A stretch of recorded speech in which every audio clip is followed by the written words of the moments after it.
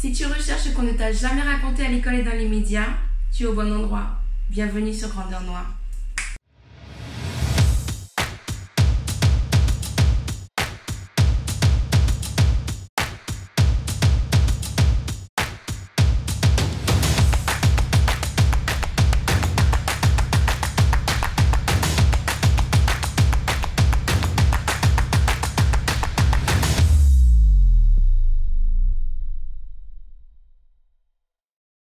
Cet épisode porte sur Haïti afin de briser la représentation extrêmement négative qui circule dans la plupart des médias. Est-ce que cette représentation est fidèle à la réalité, légitime, équilibrée? Vous allez juger par vous-même à la fin de l'épisode.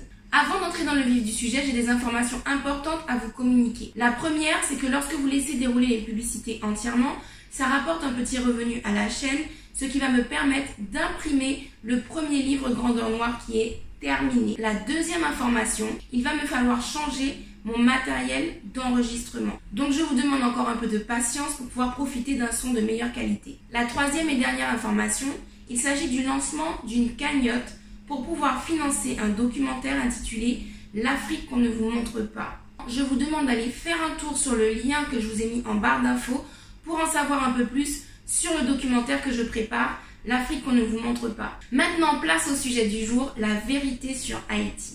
Alors le 1er janvier 2019, ça a fait très exactement 215 ans que Haïti a obtenu son indépendance. Malgré que cette émancipation ait été obtenue grâce à une prouesse extraordinaire, la population haïtienne n'a jamais pu vraiment profiter de ce triomphe puisque depuis, elle subit un sabotage incessant qui prend des formes de plus en plus variées. Et le premier de ces sabotages a été mené par Napoléon Bonaparte, qui a imposé à la nation haïtienne une dette colossale, mais surtout totalement injuste.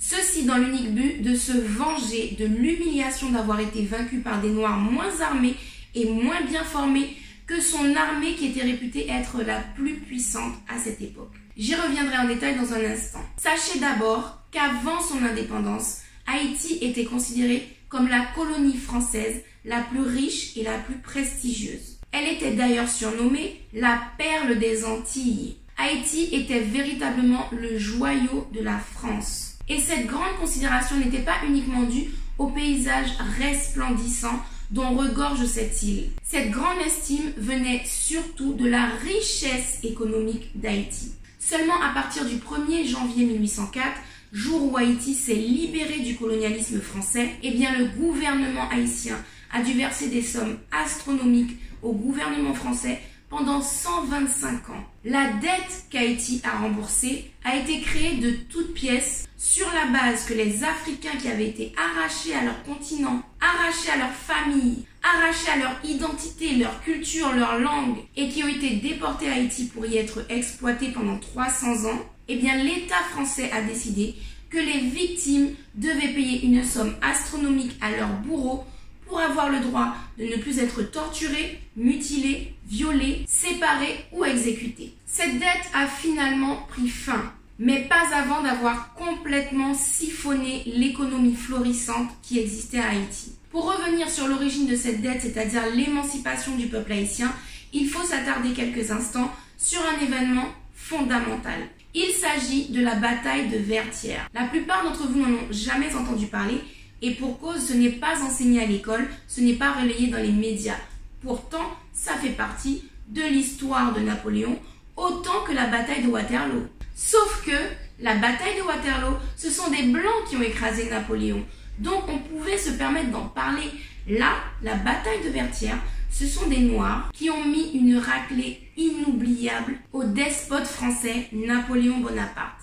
Cette raclée a été tellement magistrale que Napoléon Bonaparte, qui avait énormément investi dans cette guerre, a dû vendre la Nouvelle-Orléans aux États-Unis pour pouvoir récupérer des fonds et se refaire une santé financière. C'est-à-dire que la guerre que menait Napoléon contre Haïti a duré plus longtemps qu'il ne l'avait prévu. Il a dû payer des soldats supplémentaires en renfort, envoyer de nombreux bateaux depuis la France, acheter une artillerie de plus en plus lourde et tout ça a ruiné les caisses de son État. Donc pour se refaire une santé financière, Napoléon Bonaparte s'est vu obligé de renoncer à la Louisiane qui jusque-là était française. Pour bien vous faire comprendre à quel point Napoléon a eu la rage contre les Haïtiens, la Louisiane qu'il a vendue en 1803 n'est pas le simple État que l'on voit aujourd'hui. Il y avait une partie du Missouri, une partie de l'Arkansas, une partie du Mississippi, une partie de l'Iowa, une partie du Minnesota, des portions du Dakota du Nord et du Sud, le Nebraska en entier, plusieurs parties du Nouveau-Mexique, une partie du Texas, une partie de l'Oklahoma, le Kansas en entier, des portions du Montana, du Wyoming, une partie du Colorado. Et c'était tellement immense qu'il y avait même des régions qui appartiennent aujourd'hui au Canada, comme le Manitoba, le Saskatchewan et l'Alberta. En tout, ce sont plus de 2 millions de kilomètres carrés auxquels Napoléon Bonaparte a dû renoncer pour pouvoir renflouer les caisses de son empire. Donc ce qu'il faut bien comprendre, c'est que les États-Unis doivent 22% de leur territoire, c'est-à-dire tout l'espace qui a été cédé par Napoléon, au peuple haïtien. Parce que, si les Haïtiens ne s'étaient pas rebellés, Napoléon n'aurait jamais eu à faire la guerre et n'aurait pas perdu autant d'argent, il n'aurait pas eu à vendre ses territoires. 2, si le peuple haïtien avait perdu cette rébellion, Napoléon aurait pu continuer à profiter de l'économie haïtienne et donc il n'aurait pas eu besoin de vendre la Louisiane. Et ceci n'est qu'un seul exemple des nombreux impacts géopolitiques qui ont été entraînés par la victoire du peuple haïtien. Pour en revenir à la bataille de Vertières, elle a eu lieu le 18 novembre 1803. Alors c'est vrai que je l'ai déjà dit plusieurs fois depuis le début de l'épisode, mais je ne m'en lasse pas. Les Haïtiens ont écrasé l'armée de Napoléon le 18 novembre 1803.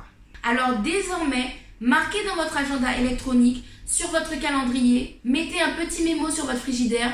Chaque 18 novembre, où que vous soyez dans le monde, peu importe l'activité que vous avez ce jour-là, peu importe le jour de la semaine, vous devez célébrer, commémorer la première victoire d'un peuple noir sur la domination européenne depuis que le peuple noir avait été mis en esclavage partout dans le monde. Donc le 18 novembre 1803, ce n'est pas uniquement une date qui concerne Haïti, c'est une date qui concerne le continent africain et toute la diaspora noire. C'est la date où tous les autres peuples du monde ont compris que oui, il est possible de se sortir de l'esclavage par soi-même et oui, il est possible de reprendre son destin en main. L'oppression et la domination ne sont pas une fatalité. Pour les Africains et la diaspora noire, le 18 novembre est un symbole de résistance, de réussite, de triomphe, de puissance, de détermination, de courage, de coopération,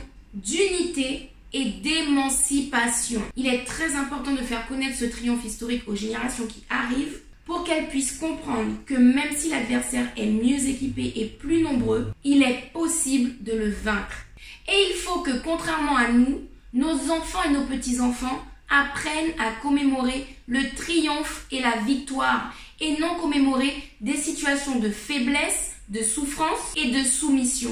Parce qu'à chaque fois qu'il y a une statue d'esclave ou de chaîne qui est commémorée, eh bien ce qui est commémoré, c'est la situation de faiblesse. Je n'ai jamais vu aucune civilisation ni aucune société insister sur ces échecs et valoriser les périodes où cette société ou cette civilisation a été vaincue avec des statues, des musées, des films, des séries, des livres, etc. Oui, il faut connaître cette partie de l'histoire, mais la valoriser, non, ça suffit. Bref, j'arrête mes digressions et j'en reviens à la bataille de Vertières. Alors on entend beaucoup parler de Toussaint Louverture puisque c'est lui qui a soulevé le peuple haïtien, c'est lui qui a dirigé les troupes de guerriers et guerrières haïtiens et haïtiennes, et c'est également lui qui est entré en négociation avec l'État français. Cependant, un autre homme a joué un rôle extrêmement important dans la libération de la nation haïtienne. Il s'agit de Jean-Jacques Dessalines. Dessalines est l'ingénieux stratège qui a infligé la défaite humiliante à Napoléon. Ce qu'il faut bien comprendre avec le contexte de la bataille de Vertières et plus globalement avec le contexte de la révolution haïtienne, c'est que l'esclavage avait été aboli par la France en 1794. Mais entre-temps, Napoléon Bonaparte va arriver au pouvoir et surtout, il va faire la connaissance de Joséphine de Beauharnais, se marier avec elle et se laisser convaincre par elle qu'il faut rétablir l'esclavage. Pourquoi Joséphine de Beauharnais souhaite rétablir l'esclavage? Eh bien parce que Joséphine de Beauharnais est une béké de Martinique. Sa famille possède des terres, sa famille possédait des esclaves et l'abolition de l'esclavage en 1794 a provoqué la faillite d'énormément de familles békés. À cette époque, les békés ne sont autres que les colons français venus s'installer sur les îles Martinique, Guadeloupe, qui ont acheté des Africains et qui les ont exploités en tant qu'esclaves. Et Joséphine de Beauharnais, fille d'esclavagistes, a fait son petit chemin jusque dans le lit de Napoléon. Elle a réussi à se marier à Napoléon et maintenant, elle fait valoir les intérêts des békés grâce à sa place privilégiée aux côtés de Napoléon. Du coup, les békés qui s'enrichissaient par rapport à l'esclavage ont besoin nécessairement du rétablissement de l'esclavage pour éviter la perdition financière et surtout pour continuer de s'enrichir. Donc Napoléon finit par céder à sa femme et il décide de rétablir l'esclavage à Haïti, en Martinique, en Guadeloupe, en Guyane et dans toutes les colonies françaises. Sauf que les Haïtiens ont dit « pas ici, pas ici !» C'est donc ce contexte qu'il faut connaître pour comprendre qu'en 1802, quand la nouvelle est arrivée à Haïti, comme quoi les Noirs, qui représentaient l'écrasante majorité de la population de l'île, devaient quitter leur petite case, quitter leur jardin agricole. Lorsque les Noirs ont compris que leur famille allait de nouveau être séparée avec la maman dans cette plantation, un enfant dans celle-là, un autre enfant dans celle-là, le mari par ici et la grand-mère à l'autre bout de l'île, quand les Noirs d'Haïti ont compris que les coups de fouet, les viols, les tortures, les mutilations, les exécutions et tous les sévices de l'esclavage allaient revenir dans leur vie, bien évidemment qu'après 8 ans de liberté, ils ont préféré mourir en résistant plutôt que de retourner dans ce cauchemar. Du coup, il n'a pas été difficile pour Toussaint Louverture de lever tout le peuple haïtien en tant qu'armée. Et quand je dis tout le peuple haïtien, ça veut dire les jeunes et les moins jeunes, les hommes et les femmes. Le refus a été total et catégorique de la part du peuple haïtien de retourner dans l'esclavage, donc une grande guerre a éclaté entre les troupes de Napoléon Bonaparte et les troupes de Toussaint Louverture. Napoléon Bonaparte, qui avait sous-estimé le peuple haïtien au départ, a envoyé juste quelques troupes histoire de mater les fortes têtes. Il ne s'était pas imaginé qu'il n'avait pas affaire à 10 ou 100 ou 300 rebelles, mais à des centaines de milliers de guerriers irréductibles qui étaient extrêmement dangereux parce qu'ils n'avaient rien à perdre. Du coup, au bout de quelques mois de bataille où il constate que la résistance est vraiment sérieuse, Napoléon commence à se mettre au niveau et donc il envoie le général Rochambeau. Alors comment vous expliquer la personnalité de Rochambeau? Vous prenez Dark Vador, Voldemort, l'agent Smith de Matrix, vous mettez dans un shaker et vous avez la personnalité sadique, cruelle et raciste de Rochambeau. C'est-à-dire que cet homme est l'incarnation du mal sur terre. Cet homme est l'essence de ce que vous pouvez appeler Satan. Ce monsieur, lorsqu'il est venu faire la guerre à Haïti et qu'il capturait des Noirs vivants, il jetait ces hommes ou ces femmes ou ces enfants dans des cales de bateaux où il y avait des chiens qui étaient entraînés à manger les êtres humains, des chiens qui étaient affamés pendant plusieurs jours, de sorte que lorsqu'ils jettent les personnes, elles se fassent déchiqueter vivantes. Voilà le genre d'activité auquel se consacrait cet individu. Et sachez qu'en Guyane française, l'aéroport a porté le nom de Rochambeau pendant je ne sais combien de décennies. Pour en revenir à la bataille de Vertières, Rochambeau a été envoyé en renfort à Haïti et le 18 novembre 1803, Rochambeau affronte les troupes déterminées de Jean-Jacques Dessalines. La bataille dure 12 heures consécutives. Bien évidemment, Rochambeau est venu avec toute son assurance française puisque jusque-là, l'armée de Napoléon n'avait jamais subi aucun échec et portait la réputation d'être l'armée la plus puissante du monde. C'était en effet la mieux équipée avec une artillerie extrêmement sophistiquée. Laissez-moi vous dire que le peuple haïtien ne fut nullement impressionné ni par la réputation de l'armée de Napoléon, ni par les canons qui scintillaient de 1000 feux au soleil, ni même par les uniformes majestueux des soldats. Et pour cause, le peuple haïtien avait sa spiritualité. Il faut bien comprendre que si Haïti a obtenu cette victoire, alors qu'il y a eu d'autres révoltes partout où les Noirs ont subi l'oppression, notamment en Guadeloupe au même moment avec Solitude, Louis Delgrès, Joseph Ignace, si Haïti a réussi de façon aussi triomphale, c'est parce que le peuple haïtien est passé par la spiritualité. L'une des particularités du peuple haïtien, c'est qu'il est resté extrêmement proche, extrêmement lié à ses traditions ancestrales et notamment à sa spiritualité d'origine, le vaudou. Et c'est avec cette force mentale obtenue grâce à la spiritualité que les troupes de Jean-Jacques Dessalines ne se sont pas laissés impressionner ou décourager et qu'ils ont écrasé 55 000 des 70 000 soldats qui avaient été envoyés par Napoléon. C'est tout à fait prodigieux. Donc imaginez-vous que déjà le fait d'être vaincu, Napoléon ne connaissait pas, il n'a pas compris ce qui lui arrivait, Rochambeau non plus. Mais en plus d'être vaincu par des personnes qu'il croyait être inférieures intellectuellement, qui n'avaient pas reçu de formation technique pour manipuler les armes, et en plus des troupes qui contenaient des femmes. Alors autant vous dire que là, ça a été insupportable pour Napoléon. Du coup, la bataille de Vertières a été rayée de l'histoire de France. Interdiction de mentionner cet événement dans les manuels scolaires, dans les livres d'histoire ou même dans les conversations de salon.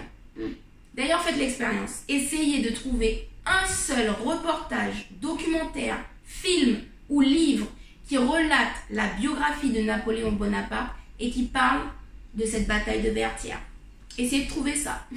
Il n'y a pas, c'est tabou. Il est quand même mauvais perdant, hein, ce petit Napopo. Je devrais pas dire petit, c'est de la discrimination puisqu'il était vraiment petit. Bref, je vais couper ça au montage. Vous comprenez pourquoi vous devez profiter de chaque 18 novembre pour raconter vous-même à vos enfants et petits-enfants la bataille de Vertières. Eh bien, tout simplement parce que ça n'apparaîtra jamais dans les programmes scolaires et que leurs profs d'histoire géo n'aborderont jamais la question. De toute façon, notre histoire ne pourra jamais être mieux racontée que par nous-mêmes.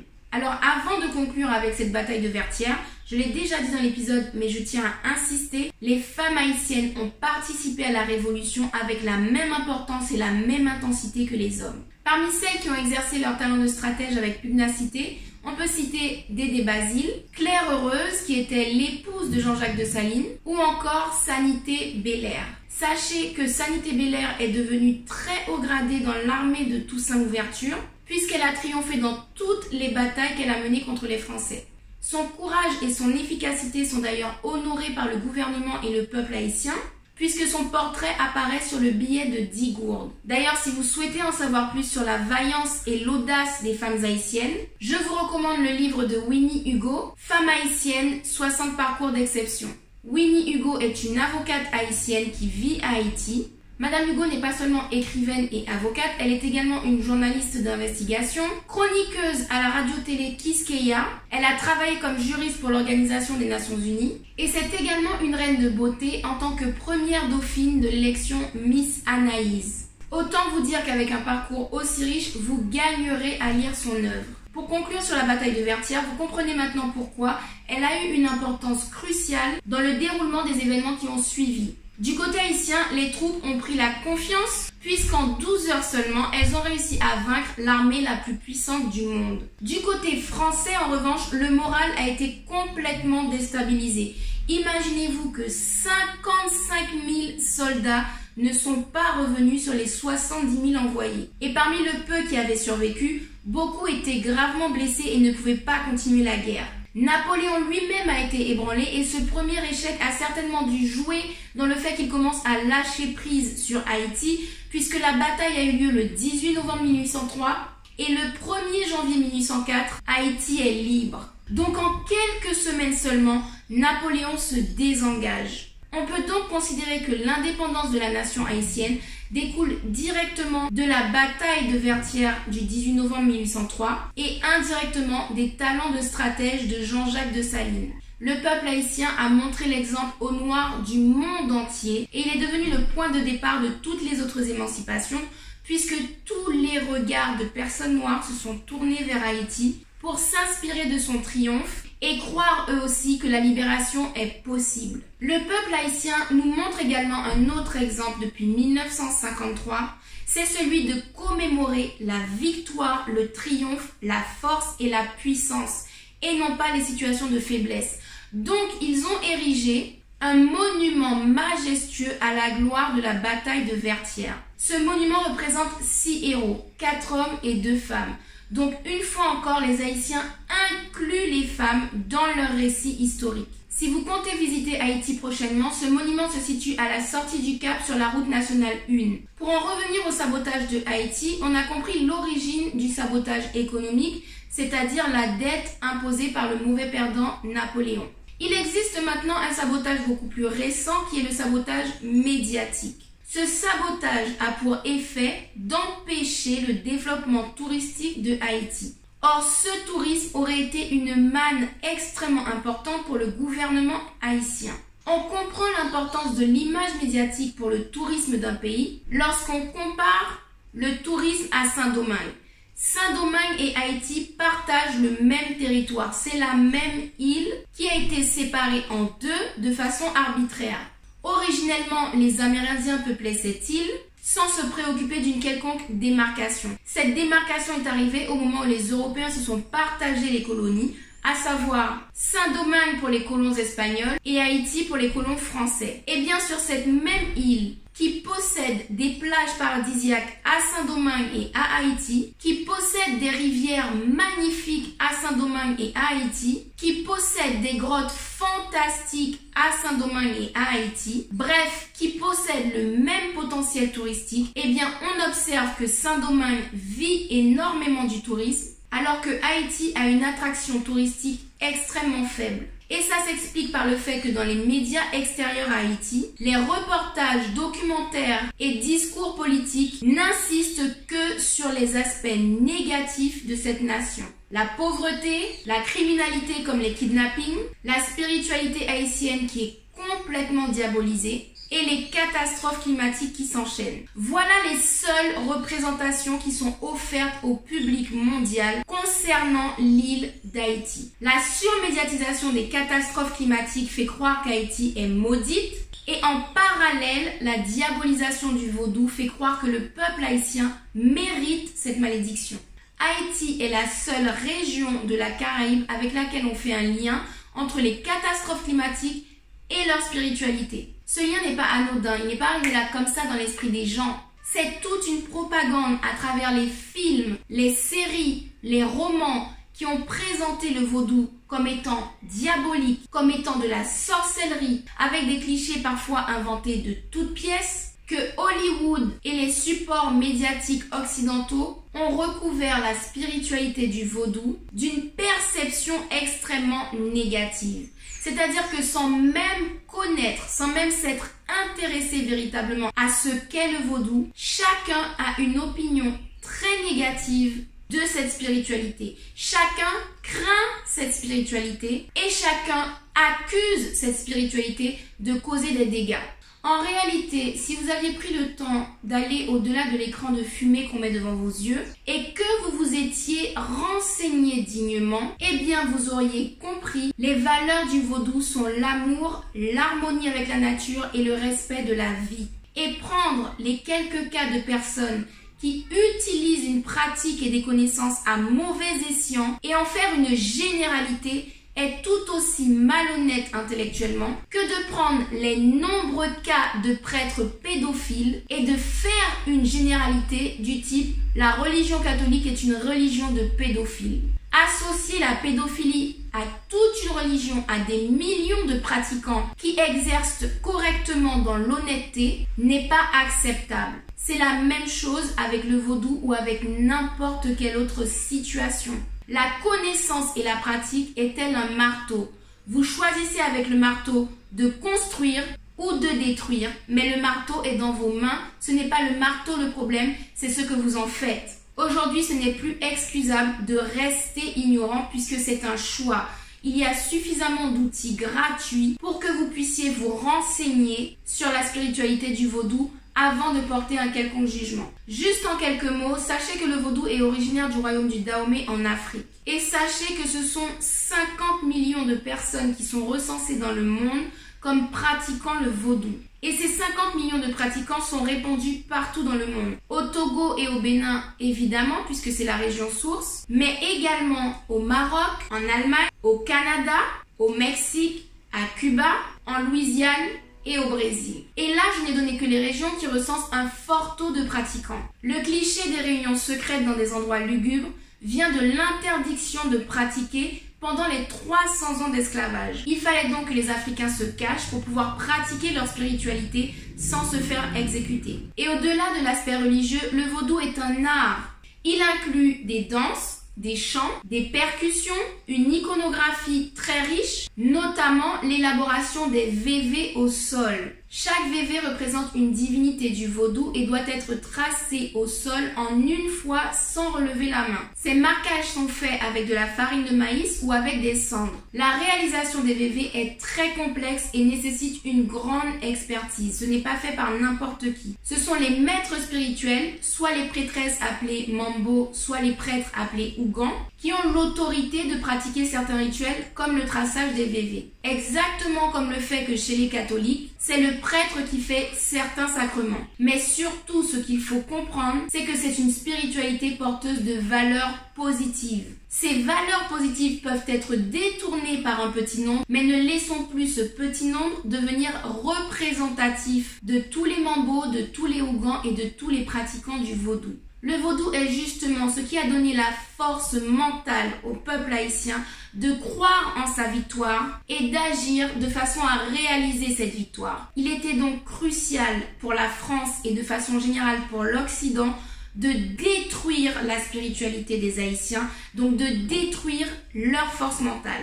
Et cette destruction passe par la propagande qui diabolise leur spiritualité, de façon à ce qu'il n'y ait pas davantage de personnes qui y adhèrent et donc davantage de personnes qui gagnent en force mentale et qui puissent résister à l'oppression occidentale. J'en reviens au matraquage médiatique qui montre Haïti comme étant extrêmement pauvre et avec une grande criminalité. Alors tout est une question de perspective. Parce que si on observe le taux de personnes tuées à Haïti à cause de la criminalité ou bien kidnappées pour de l'argent, par rapport au ratio de la population entière, c'est infiniment dérisoire par rapport au taux de criminalité de villes comme New York, Chicago, Marseille ou encore Paris.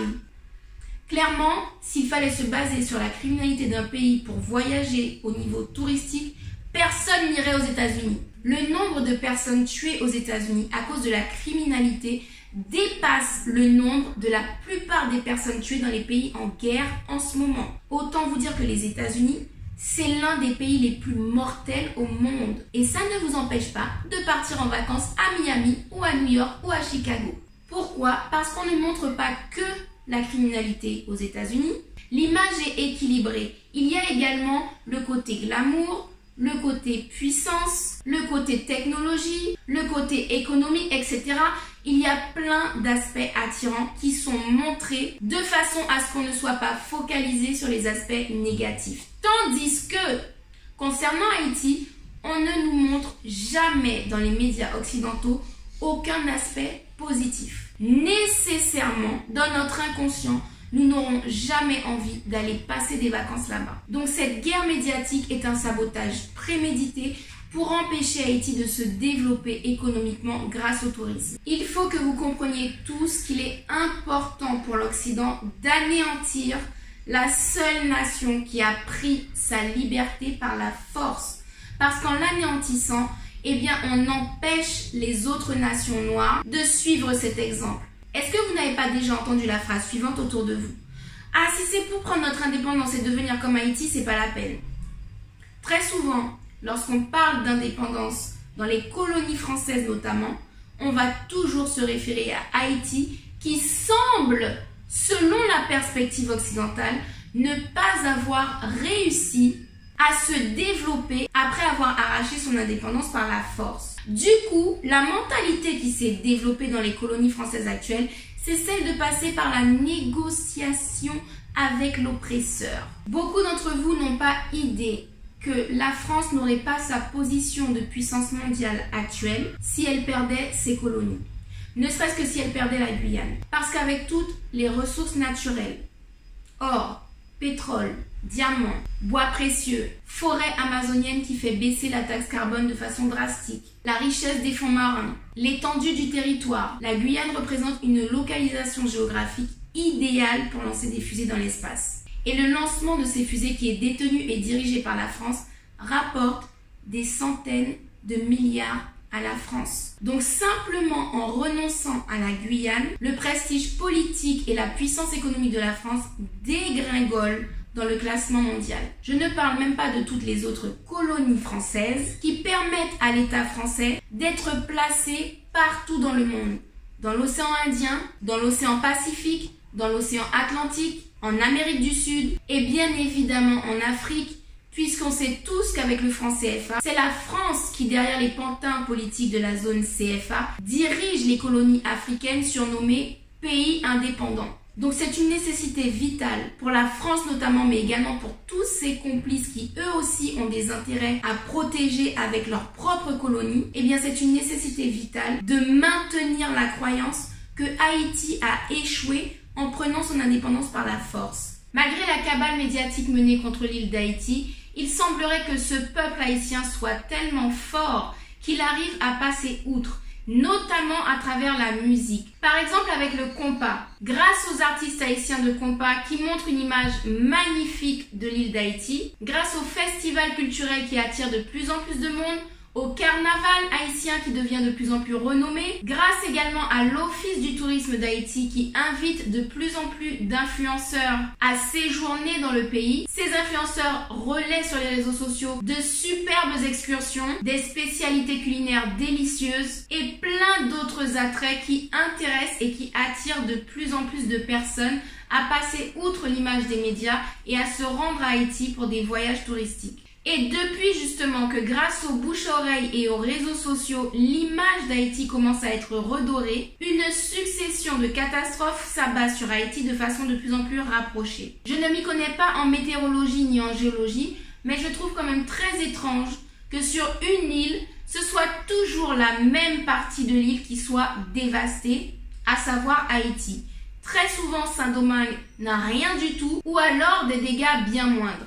Et il se trouve que j'ai découvert via certains documentaires qu'il existe désormais des scientifiques qui sont capables de créer des ouragans de force 5.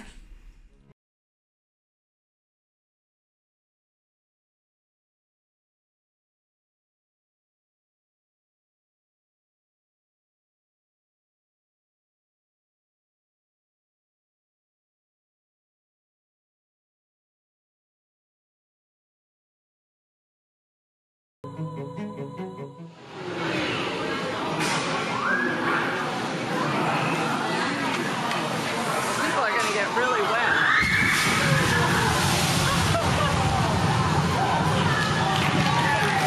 How would you do?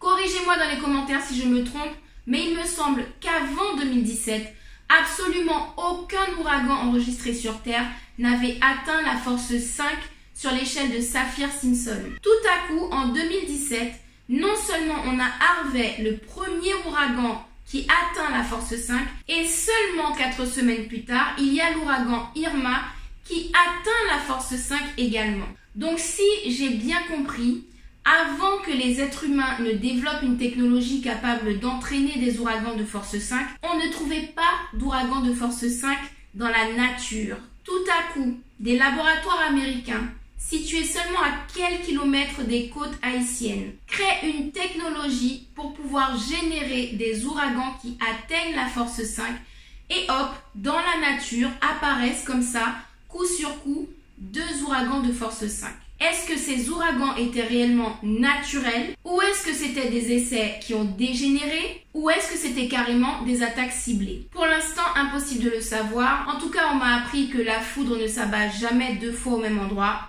Peut-être que cet adage est faux et que finalement, 2 ouragans de force 5 peuvent apparaître pratiquement dans la même zone à quelques semaines d'écart seulement. Peu importe les théories, à chaque fois que Haïti commence à se redresser, trouve une porte de sortie pour pouvoir développer une économie, tourisme ou autre, eh bien l'île se retrouve ravagée par une catastrophe climatique. C'est bien commode. Non seulement une partie de la population est décimée, paix à leurs âmes et j'envoie un profond respect s'il y a des personnes concernées qui me regardent, mais en plus, des infrastructures en plein essor sont complètement détruites. C'est-à-dire qu'à chaque fois, les catastrophes climatiques s'abattent sur les régions économiques les plus développées d'Haïti. Ce n'est pas dans une petite campagne, ce n'est pas sur une montagne, ce n'est pas dans des régions isolées, c'est toujours dans des agglomérations très peuplées et en plein essor. Une fois c'est le hasard, deux fois c'est une coïncidence. À partir du troisième événement qui a lieu exactement de la même façon au même endroit, j'ai pour habitude de penser qu'il s'agit d'une récurrence provoquée par l'homme. Mais ça n'engage que moi, ce sont des suppositions, c'est une théorie tout à fait personnelle. Que des technologies qui contrôlent le climat se mêlent du sabotage d'Haïti ou pas, il existe bel et bien un acharnement, qu'il soit médiatique ou économique, sur la nation haïtienne. Ces différentes formes de sabotage passent sous silence les richesses haïtiennes. Et parmi ces richesses, il y a les cerveaux haïtiens. Énormément de savants, scientifiques, érudits haïtiens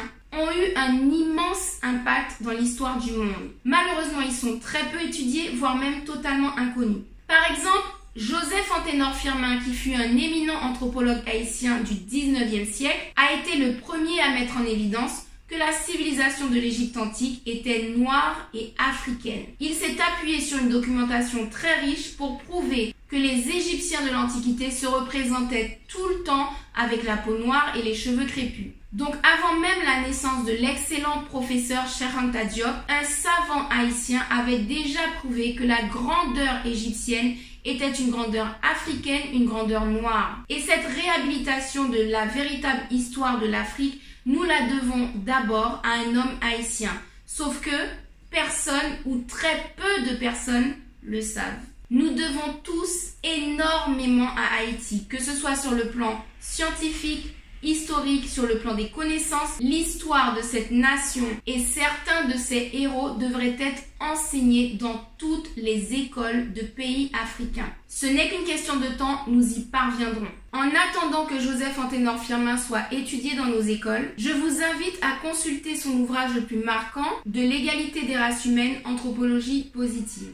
Je termine cet épisode avec la conclusion suivante. Nous avons beaucoup à apprendre du peuple haïtien et sur le peuple haïtien. La force de caractère, la détermination, la résilience, l'irréductibilité, la cohésion et la volonté de s'en sortir quoi qu'il arrive. Et lorsque je vous dis qu'on a beaucoup à apprendre de ce peuple, c'est que où qu'il émigre, il n'oublie jamais ses racines, jamais sa culture et souvent les émigrés renvoient des fonds monétaires vers Haïti. Si toute la diaspora noire du monde entier envoyait des fonds monétaires dans des banques africaines noires sur le continent africain, je vous laisse imaginer la puissance économique qui pourrait être développée assez rapidement. Donc nous avons beaucoup à apprendre du peuple haïtien et sur le peuple haïtien.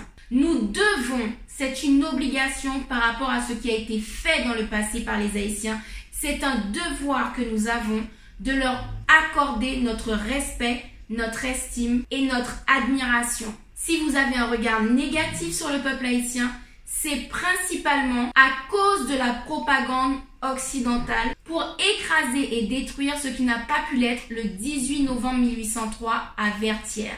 Oui, il existe des individus haïtiens ou haïtiennes qui ne se comportent pas de façon exemplaire, exactement comme n'importe quel ressortissant de n'importe quelle nationalité. Il existe des Français qui se comportent n'importe comment lorsqu'ils sont à l'étranger et qui font honte à la majorité de la population française dont ils ne sont pas représentatifs. Il y a des Guyanais qui font n'importe quoi en Guyane, des Martiniquais qui se comportent de façon inappropriée en Martinique. Et je pourrais faire le tour du monde comme ça. Donc, ce n'est pas parce que vous voyez ou vous connaissez quelqu'un qui est haïtien ou originaire d'Haïti, ou descendant de personnes originaires d'Haïti, qui ne se comportent pas de la meilleure des manières, qu'il faut enfermer toute la nation haïtienne dans ce genre de comportement. Malheureusement, par rapport à la propagande qui a déjà fait son travail dans votre inconscient, il suffit d'une ou deux ou trois personnes haïtiennes que vous allez rencontrer qui fait n'importe quoi pour que vous puissiez généraliser puisque leur comportement ne va faire que valider l'idée préconçue qui avait déjà été construite dans votre esprit. Ayez l'intelligence de comprendre qu'un individu ou 3 individus ne sont pas représentatifs de toute une population.